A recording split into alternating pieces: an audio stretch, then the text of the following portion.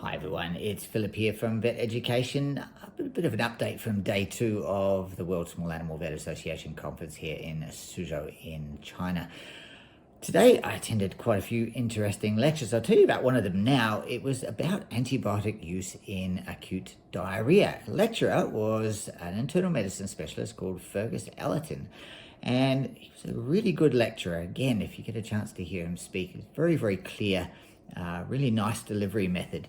Anyway, what he had to say is that based on a recent study, it was found out that 50% of dogs that with acute diarrhea currently are prescribed antibiotics by you and I as veterinarians. And that may not be the best thing as far as antibiotic stewardship is concerned, and it may not even be necessary for our patients a lot of the time. So there is a really, really good poster called Protect Me poster, and it is, I guess, provides some summaries on appropriate antibiotic use in dogs and cats. So check that one out. It's called Protect Me. There's also a wonderful position statement published in the Journal of Small Animal Practices, an open source journal article talking about chronic diarrhea and how the use of antibiotics in chronic diarrhea is pretty low priority. So there are also a whole bunch of other guidelines that are available on antibiotic use in dogs and cats by quite a number of veterinary associations and veterinary professional and specialist groups from around the world. So you shouldn't have to look too hard to find something on appropriate antibiotic stewardship when it comes to use in dogs and cats. But anyway, let's just talk a little bit more about when we might use antibiotics in patients with diarrhea. Dr. Ellerton divided the diarrhea that animals, particularly dogs in this instance we're talking about, into mild, moderate, and severe disease. Now, there's really strong evidence, high evidence certainty described that antibiotics were not required for mild diarrhea. These are for patients that are reasonably bright and healthy. They have no real concerns over hydration status, but they have acute diarrhea, and they're oftentimes treated as outpatients. So it's very unlikely that these patients will benefit from antibiotic therapy at all, and most times their diarrhea will clear up without them. So high degree of evidence certainty we have for mild disease. And the same goes for moderate disease. These might be patients that are perhaps a little dehydrated. We may keep them in the clinic for a little while, but they are otherwise not suffering from severe systemic illness as a result of their diarrhea. So again, we have high evidence certainty that antibiotics are not required in the vast majority of these patients.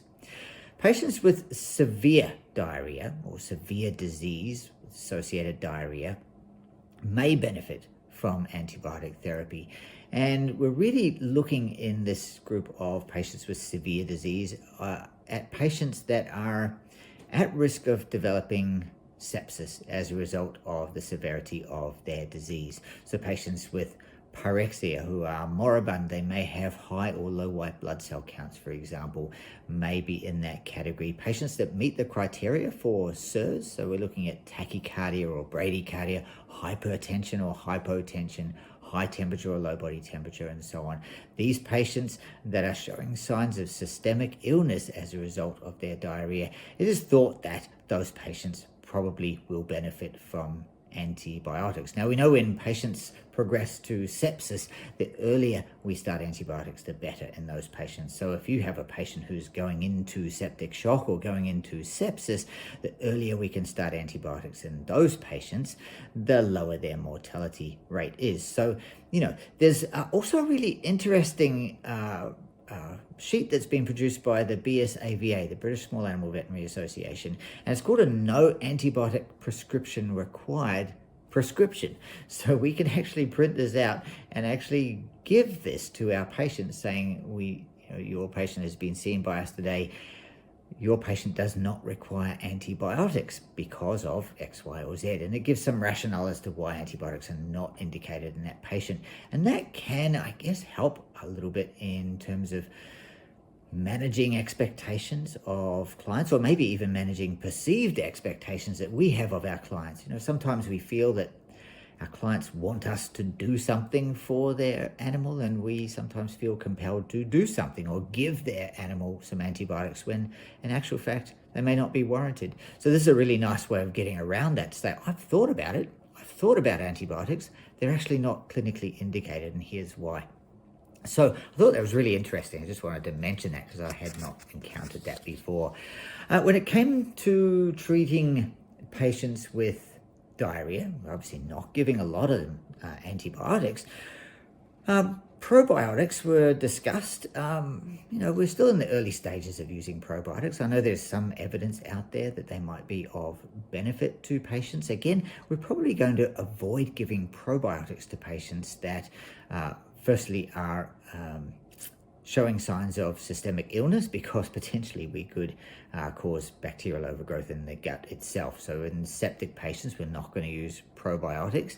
The evidence base we have for probiotics is not really strong enough, our lecturer felt, in order to make a firm recommendation. But fecal transplantation was discussed as well. And this is really interesting. We're again in the early stages of research, but there are some consensus guidelines available. So if you search for consensus guidelines on the use of fecal transplantation in dogs, you will find some recommendations there.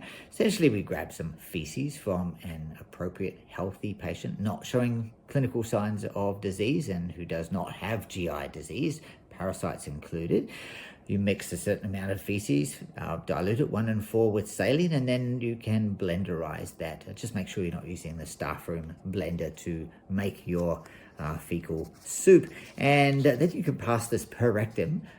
There are some, in human medicine, they give this to you orally, but currently in veterinary medicine, we're using a Foley catheter, pass it a long way up the colon. So this is not just into the rectum. You pass this Foley catheter as far up as you can into the colon. You infuse your solution, about 10 mils per kilo of your solution. You want to try and leave that in there for 10 to 15 minutes, okay, so it can do its magic, and then you remove the catheter. One thing, there was a couple of reports in humans that people that are immune suppressed that get fecal transplants, some of them have died, and this is obviously not a good thing. So we just be really careful in your immune suppressed patients when considering this. So that's just I guess a word of warning there.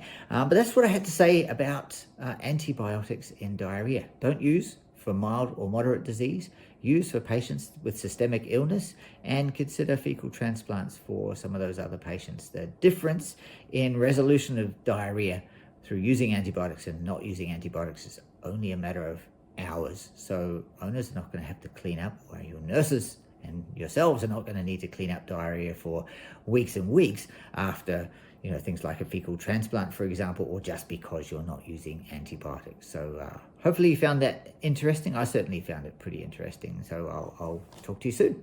Thanks.